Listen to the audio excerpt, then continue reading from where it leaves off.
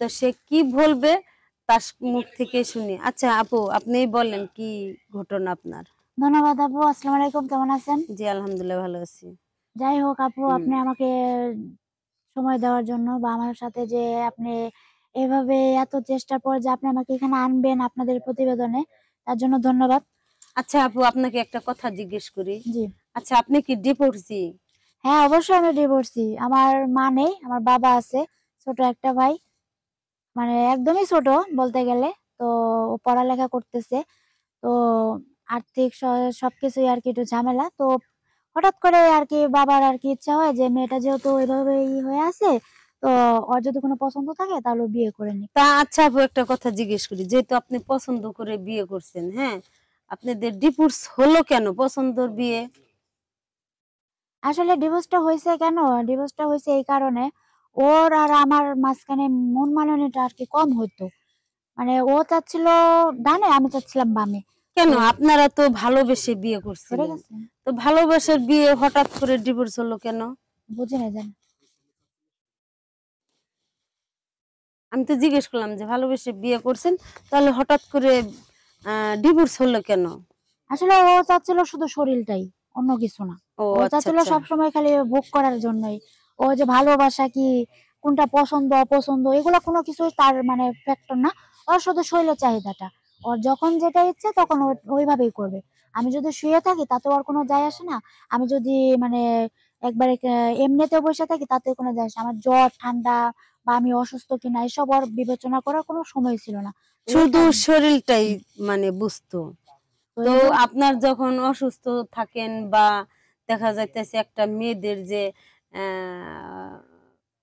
Personally একটা অসুস্থ হয়, তখনও কি আপনার সাথে ওইরকম হ্যাঁ, যাওয়া আসা তখনও আমার করছে? ওরকম যাওয়া আসা করতো। আমার সাথে অনেকেই খারাপ ব্যবহার করছে। তো আমি আর পারি নাই। যার কারণে আমি আমার পরিবারের মাধ্যমে, ওর পরিবারের মাধ্যমে বইলেই আমি বলছি এভাবে থাকতে পারব না।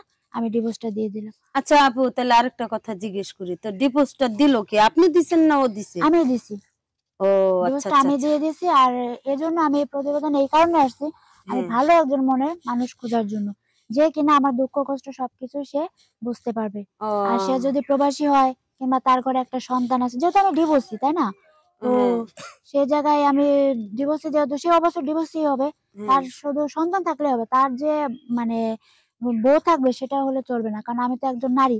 আমি চাবো না যে আমার সংসারটা সেটা তা আচ্ছা, ভাঙার আপনি জন্য। কেমন ছেলে চাচ্ছেন, যে প্রবাসী না দেশে খেতে খাটা, খেতে খামারে খেটে খাওয়া একজন সুপুরুষ, যে আপনাকে দিনমজুর হলেও ঘরে শান্তি আছে, আর দেখা যাইতেছে যে প্রবাসী শান্তি নাই, অশান্তি।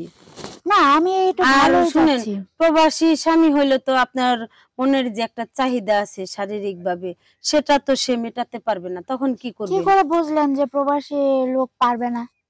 না এটা কিভাবে সম্ভব যে আপনি থাকবেন দেশে আর হাজবেন্ড থাকবে প্রবাসী? সে তো আমাকে আপনার নিয়ে তো যাবে।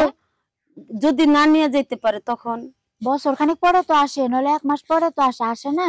ও সেভাবে তো না, আর আপনার কোনো মানে একটা ইয়া আছে যে এক্সাইট আছে যে, যেমন এখন বর্তমান কিন্তু স্বামী স্ত্রী ইমু ইউজ করে, আপনার কি এরকম কোনো পরিকল্পনা আছে? না, আপনার প্রবাসী স্বামী তো আপনাকে বিয়ে করবে, তাই না? বিয়ে করার পরে দেখা যাইতেছে ২, ৪, ৬ মাস, ১ বছর পরে আপনাকে প্রবাসী নিয়ে যাবে। তো এই ১ বছর তো আপনার এভাবে থাকতে হবে, তাই না? তো সমস্যা কিভাবে কি? তখন একটা শারীরিক সম্পর্ক যে আছে, তো এটা কিভাবে সম্ভব বলেন আপনি? আচ্ছা, এখানে সমস্যার তো কোনো দেখতেছি না আমি। সে যদি ভালো মনের মানুষ হয়, সে সবসময় চাবে যে আমার স্ত্রী কিভাবে ভালো থাকবে, কিভাবে তাকে ভালো রাখতে পারবো, কিভাবে সে চললে খুশি হবে। তো সে সে সে যদি আমাকে মানে বাড়িতে রাইখে যদি সে প্রবাসে চলে যায়। এখন তো ডিজিটাল যুগ, তাই না? সে হ্যাঁ। জায়গায় আমাদের মোবাইল আছে। মোবাইলে আমরা যোগাযোগ করব। সমস্যা নাই তো এখানে। না, আমার কথা হলো সে ভালো একজন মনের মানুষ হলে চলবে। মানে আপু, আমি আপনাকে কোনটা বলছি আপনি বুঝতাছেন না। আপনি তো চাহিদার কথা বলতে চাচ্ছেন, হ্যাঁ, তাই না? একটা যে শারীরিক চাহিদা, যে আপনি দেখা যাইতেছে খেতে খামারে খেটে খাওয়া একজন সুপুরুষ আপনার জীবনে আসলো না, হুম। যে একটা প্রবাসী ভাই আসলো, তো আপনাকে বিয়ে করলো, বিয়ে করে ২, ৪, ৬ মাস বা ১ বছর আপনাকে বিয়ে করে চলে গেল প্রবাসে, তখন তো আপনার একটা শারীরিক চাহিদার প্রয়োজন আছে, তখন সেটা সেই ক্ষেত্রে আপনি ওটা কি করবেন, বিষয়টা সেই কিভাবে? ক্ষেত্রে আমি যদি সে যদি আমাকে ভালোবেসে থাকে বা আমি যদি তাকে ভালোবেসে থাকি, তো আমাদের মনের মিলটা যদি হয়ে থাকে, অবশ্যই ভিডিও কলে অনেক কিছু হয়ে যায়, যেটা ও এখনকার যুগে হয়। আচ্ছা, বুঝতে পারছি, তার মানে আপনারা ইমো চ্যাটিং করবেন, তাই হ্যাঁ। তো? ও, তো ভালো কথা। তো যাই হোক, আপনার অনেক কথাই শুনলাম, ভালো লাগলো। তো দর্শক, ওনার কথা শুনে যদি ভালো লাগে বা ওনার সবকিছু তো উনি বলেই দিছে, যদি ওনাকে কেউ বিয়ে করতে চান তাহলে আমাদের এই ভিডিওর মাধ্যমে যোগাযোগ করতে পারবেন। তো আপু যোগাযোগটা কিভাবে করবে?